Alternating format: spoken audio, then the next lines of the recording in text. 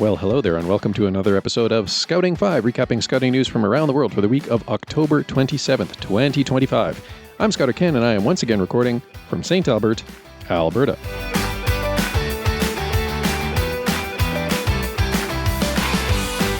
You know, I keep telling myself I'm going to be more consistent in recording these episodes, and then I never manage to actually achieve that. So, belatedly, happy Thanksgiving, and also, since I'm recording this on Halloween, happy Halloween.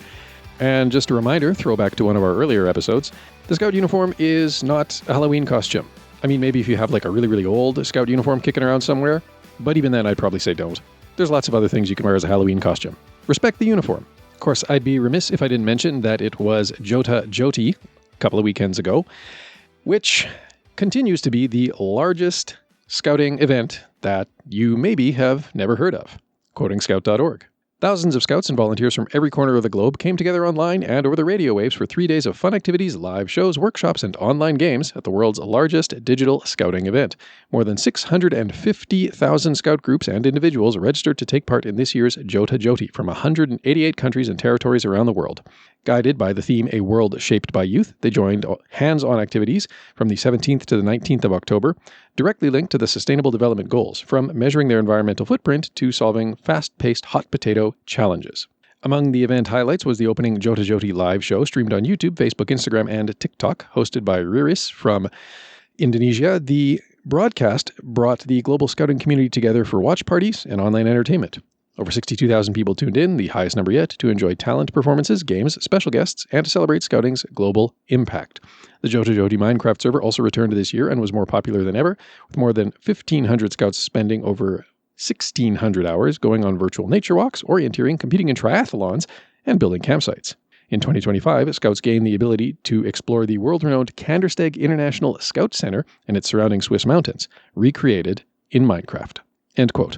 I'm going to have to log on to that server now and check that out. Man, Kandersteg was a great place to visit, and I would happily go back, even if only in block form. Earlier this month, the Asia-Pacific Regional Scout Conference also kicked off. I won't go into quoting too many articles, but there will be some links in the show notes, some highlights of that. Hong Kong will evidently now host the 29th Asia-Pacific Scout Conference, taking place in 2028. And Thailand was selected to host the 34th APR Scout Jamboree, which will take place in 2029.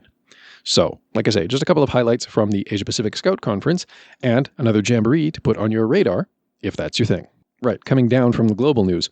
I know the issue of firearms is kind of contentious in England, especially, but there are still shooting clubs in England, and scouts there do actually still take part, sometimes, in shooting competitions.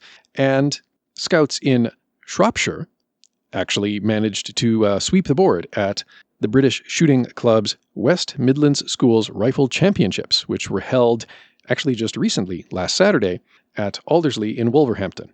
Quoting the Express and Star, Shropshire Scouts swept the board at British Shooting's West Midlands Schools Rifle Championship at Aldersley, Wolverhampton on Saturday, October 25th. Entrants compete as individuals and in teams representing their schools and youth organizations. All the individual medals, gold, silver, and bronze in each of the 3 age groups, went to scouts, and the top 3 school teams were also wholly composed of scouts. Individual medalists and the top Shropshire Scout youth team have earned progression to the national final in Cannock, taking place in February. End quote.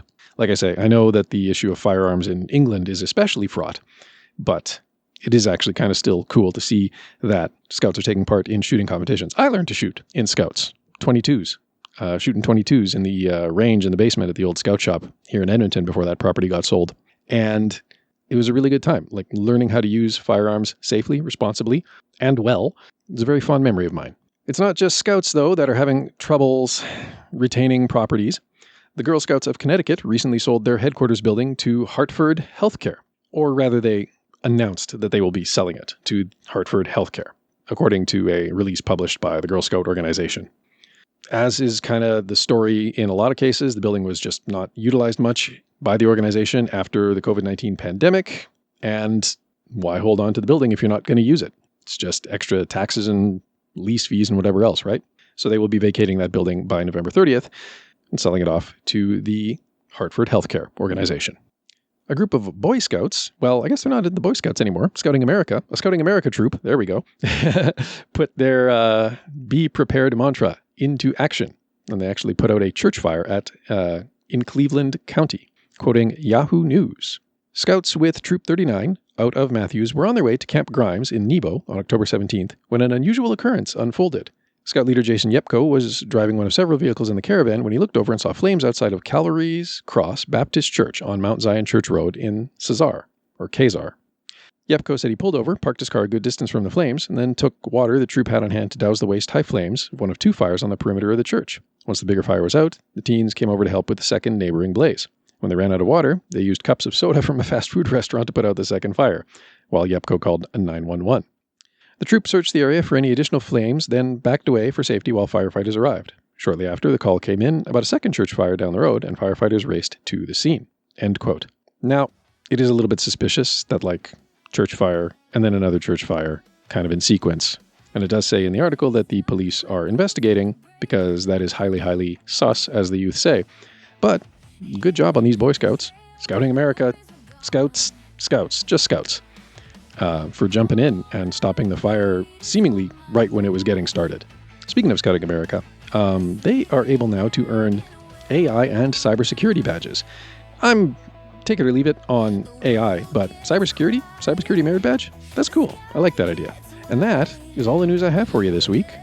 Thank you again for listening, and until next time, be prepared.